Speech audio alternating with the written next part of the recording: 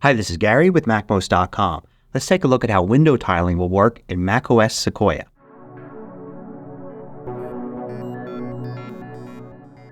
MACMOST is brought to you thanks to a great group of more than 2,000 supporters. Go to MACMOST.com/Patreon. There you could read more about it, join us, and get exclusive content and course discounts. Now, when macOS Sequoia comes out this fall, we should finally have window tiling native in macOS. This means that we can easily place windows in parts of the screen, like the left half or the top right corner. Now, a lot may change before final release, but this is how it works now. So one way to use it is to drag a window and move it all the way to the left side of the screen or the right side of the screen. And notice you get this area here that indicates if you release the mouse or trackpad, it will snap to this shape. So it takes up the left side of the screen. Notice also if I drag again, it immediately goes back to its original size. So it remembers that size. And if I go to the right side of the screen, you can see I can drag it so it takes up basically the right half. And then I can grab it again. Now if I go to the top, you'll see it indicates it'll take up the whole screen, so it'll fill the space. And I can drag it back to the original size very easily. You could also drag to one of the four corners. So I'll drag it to the upper left here. And when I do, you could see the box now indicates that I'll fit the top left quarter of the screen. Now using this technique, it's easy to take a desktop that looks like this and put one window there, take this other window, put it there, and now everything is nice and neat. Now you can also do this by holding the Option key. You don't have to go to the left or right sides of the screen. You can just drag it into one of those areas like that. But you still have to go all the way into the corner to indicate you want that. So there are two different ways to use window tiling just by dragging. But you can also use the keyboard. First though, let's take a look at some settings that alter how this works. So in System Settings, we're going to go to Desktop and Dock. And then we're going to look under Windows. And there is a section here with 3 settings. So you can turn off just the plain drag part so it won't bother you now. If I go to the left side, you can see nothing happens. So you can turn that off if you find this gets in the way. You can also turn on or off holding the Option key. That can be particularly useful if you've done other customizations and the Option key is being used for something else. You can also decide whether to have those margins there. So notice when I dragged this to the left here, there's a pretty big margin all the way around. If I instead turn this off and I drag, notice it shows the same area, but now the margin is in there when I release. Now the interesting thing is that when you turn this on, it automatically adjusts anything that you've moved with window tiling. So you could turn it on or off to add or remove those, but only for windows that have been dragged using window tiling. And note that this works completely independently of using Mission Control, Spaces, and full screen apps. So I still can take this full screen. It's got nothing to do with window tiling. This is now a full screen window, works just like before. This only applies to when you have a desktop space and you've got multiple windows on that desktop and you want to arrange them. You no longer have to drag them around and resize them manually to get them to fit perfectly. And note that window snapping still works just like it has for many years. So for instance, I can tile this to the right side here. And if I want to position this to the top left, it's very easy to do because it kind of snaps there. And if I want to drag this so it just perfectly hits the edge there, it still has that resistance there, just like it does now in macOS Sonoma and before. Now there are more ways to use this. First, in the window menu, you have an entire submenu called Move and Resize. And you can see here you've got left, right, top, and bottom. So you have some more options here. I could certainly take this Notes window and move it to the right very easily using this menu. I can then also go back here, use Return to Previous Size to get it back to where it was, and you can see how it centers it. This menu also has the ability to go to top and bottom. So I can actually have it take the top half of the screen or the bottom half of the screen. Can't seem to do that right now with dragging, but perhaps maybe that will be added later on.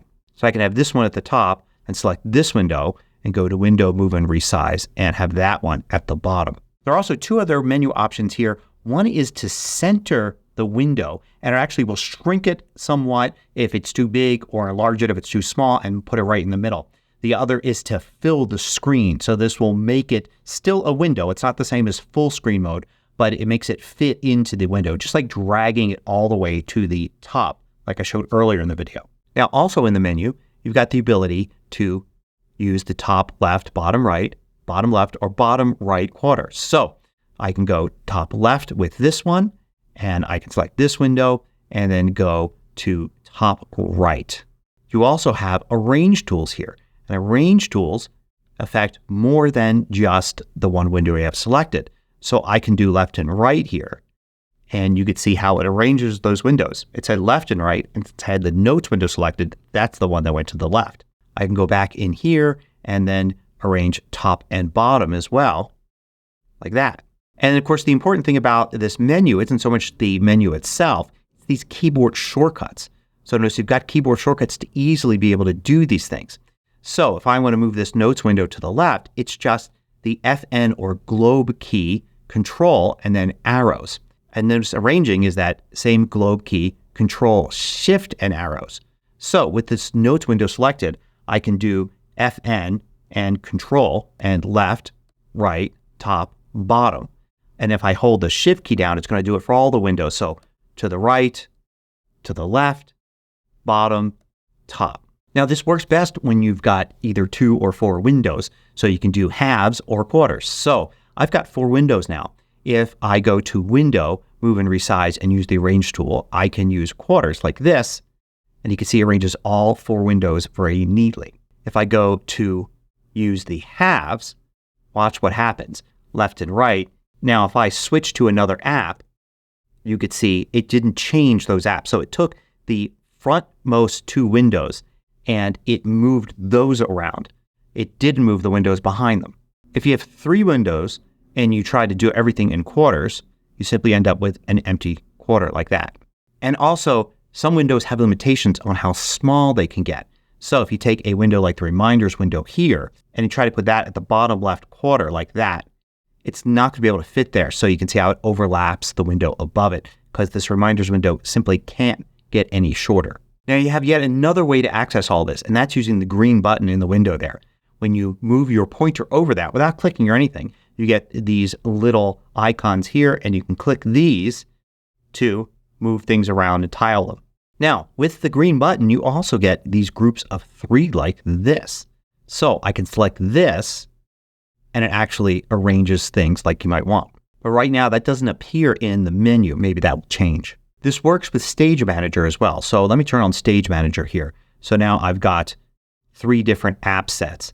I can still drag this, say, over to the right here, and you can see how it tiles just fine. And then if I go away and come back, you can see it remembers the positioning. So for instance, in the Finder app set here, I could have, say, 2 Finder windows open like this. Let's go ahead and position those side by side.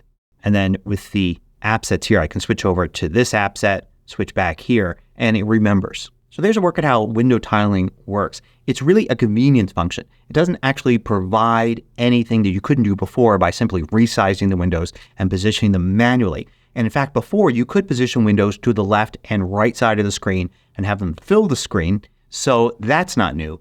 Having them snap to quarters or having that group of 3 is new, but you could have put that together very easily by just resizing the windows yourself. So it's a little something to make things easier. And quite honestly, since a very similar function exists on Windows and Apple still gets lots of people switching from Windows to Mac, it's a good people for those that are switching, and on Windows relied a lot on window tiling there. It'll be interesting to see how window tiling in the final version of macOS Sequoia in the fall matches what we have today. Hope you found this interesting. Thanks for watching. If you liked this video, click the thumbs up button below to let me know. I publish new tutorials each weekday. Hit the subscribe button so you don't miss out.